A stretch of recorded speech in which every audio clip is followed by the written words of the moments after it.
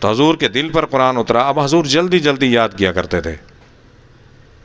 تو اللہ تعالیٰ نے فرمایا لا تحرک بھی لسانک، اپنی زبان کو جلدی حرکت نہ دیں. لتعجل بھی، جلدی نہ کریں. ان علینا جمعہ و قرآن، اس قرآن کو آپ کے دل میں اتارنا، جمع کرنا، یہ ہمارا کام ہے. تو پہلی وحی آئی اقرأ بسم ربک الذی خلق، پڑھو اپنے رب کے نام سے جس نے آپ کو پیدا فرمایا. تو حضور نے فرمایا ما انا بقاری، میں پڑھنا نہیں جانتا. جبریل امین نے ان کو گلے سے لگایا، دبایا، پھر فرمایا اقرأ. حضور نے فرمایا ما انا بقاری. پھر دوسری مرتبہ حضور نے، تیسری مرتبہ جبریل نے دبایا زور سے، پھر فرمایا اقرأ. پھر حضور نے پڑھا اقرأ بسم ربک الذی خلق، پڑھو اس رب کے نام سے جس نے آپ کو پیدا فرمایا. خلق الانسان من علق، انسان کو پیدا فرمایا کس سے؟ علق سے، جمع ہوئے لہو سے. لہو سے کیسے پیدا فرمایا یہ بھی اللہ تعالیٰ نے بتا دیا. تو اللہ تعالیٰ نے انسان کو جمع ہوئے لہو سے پیدا فرمایا.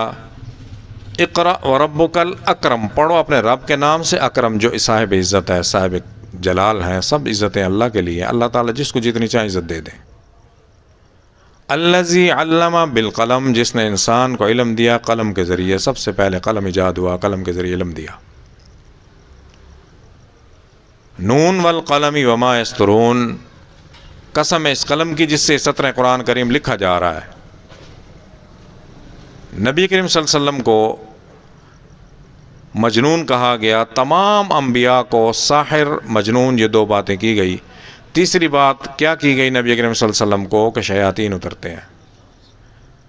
ابو لہب کی بیوی جو تھی، نبی کریم صلی اللہ علیہ وسلم رات کو اٹھ کے، آدھی رات کو، حرم میں قریب گھر تھا، اللہ کے گھر کے پاس آتے تھے عبادت کے لیے. تو راستے میں ابو لہب کا گھر تھا. ابو لہب کی بیوی ام جمیل کانٹے بچھا دیتی تھی راستے میں اندھیرے میں تاکہ نظر نہ آئے. تو 3 دن حضور کی طبیعت خراب رہی. ابو لہب سکے چچا تھا حضور کا، بیوی چاچی تھی. 3 دن تک جب حضور نہیں آئے، طبیعت ناساز تھی. تو تیسرے دن وہ کہتی ہے شکر ہے کہ تیرا شیطان تیرے سے ٹل گیا.